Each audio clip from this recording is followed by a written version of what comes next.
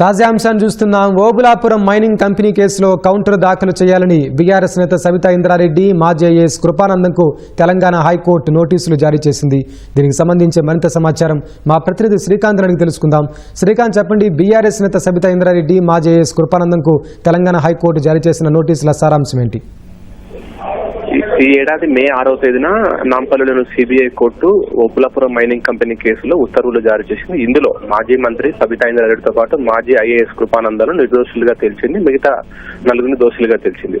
అయితే ఇందులో CBI court Nampally CBI court ఇచ్చిన తీర్పును అప్పీల్ చేస్తూ సిబిఐ అధికారులు తెలంగాణ హైకోర్టులో అప్పీల్ దాఖలు చేశారు. ఎందుకంటే ఈ పరిగణలోకి సరిగా సిబిఐ అధికారులు సమర్పించిన వివరాలను సరిగా పరిగణలోకి తీసుకోకుండానే ఇద్దరిని కూడా అంటే మా అప్పటి 2005, 6, 7 సంవత్సరంలో అంటే ఓబులాపురం మైనింగ్ కంపెనీకి లీజులు అప్పచెప్పిన సమయంలో అప్పుడు మా మంత్రిగా ఉన్న సబితా ఇంద్రారెడ్డితో పాటు అప్పుడు కార్యదర్శిగా ఉన్న కృపానందన్లకు సంబంధించిన వివరాలను పరిగణలోకి తీసుకోకుండా సిబిఐ కోర్టు ఉత్తర్వులు జారీ చేసిందని చెప్పి కూడా సిబిఐ అధికారులు అప్పీల్లో పేర్కొన్నారు. ఈ పిటిషన్ పై ఇప్పటికే తెలంగాణ హైకోర్టు విచారణ చేపట్టింది. అయితే ఈ రోజు మరోసారి జరిగిన విచారణ సందర్భంగా కూడా ఎవరెవరి పేర్లు అయితే అంటే ఈ ఇద్దరిని కూడా శిక్ష విధించాలని చెప్పి మాజీ మంత్రి సబితా ఇంద్రారెడ్డితో పాటు మాజీ ఐఏఎస్ కృపానందన్కు శిక్ష విధించాలని చెప్పి కూడా సిబిఐ అధికారులు అప్పీల్లో పేర్కొన్నారు. దీనిపైన పిటిషన్ పై విచారణకు స్వీకరించిన తెలంగాణ హైకోర్టు ఇద్దరికి కూడా నోటీసులు జారీ చేసింది. సబితా ఇంద్రారెడ్డితో పాటు కృపానందన్కు నోటీసులు జారీ చేసింది. ఆ తర్వాత తదుపరి విచారణను వచ్చే నెలకు వాయిదా వేసింది.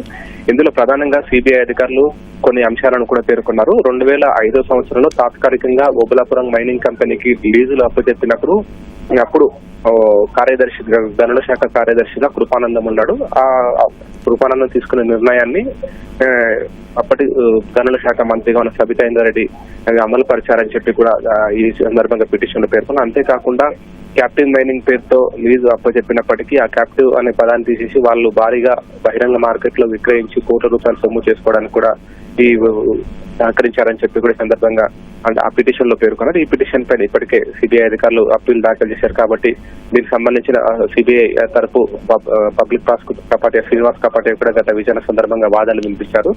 ఇన్ని అంశాలు ఉన్నప్పటికీ కూడా నాంపల్లి సిబిఐ కోర్టు పరిగణలోకి తీసుకోలేదని చెప్పి కూడా సిబిఐ తరపు న్యాయవాది శ్రీనివాస్ కపాటియా పేర్కొన్నారు. కాబట్టి వీళ్ళిద్దరిని సిబిఐ నాంపల్లిలోని సిబిఐ కోర్టు ఇచ్చిన ఉత్తర్వులను వీళ్ళిద్దరిని నిర్దోషులుగా తెలుస్తూ జారీ చేసిన ఉత్తర్వులను రద్దు చేయాలని చెప్పి కూడా శ్రీనివాస్ కపాటియా హైకోర్టు కోరారు. అయితే ప్రస్తుతం తెలంగాణ హైకోర్టు ఇద్దరికి కూడా నోటీసులు జారీ చేసింది. కాబట్టి తదుపరి విచారణ సందర్భంగా వీళ్ళు నోటీస్ తరపున తర్వాత ఈ వాళ్ళ వాదన కూడా తెలంగాణ హైకోర్టు పరిగణలో విధించే అవకాశం ఉంటుంది.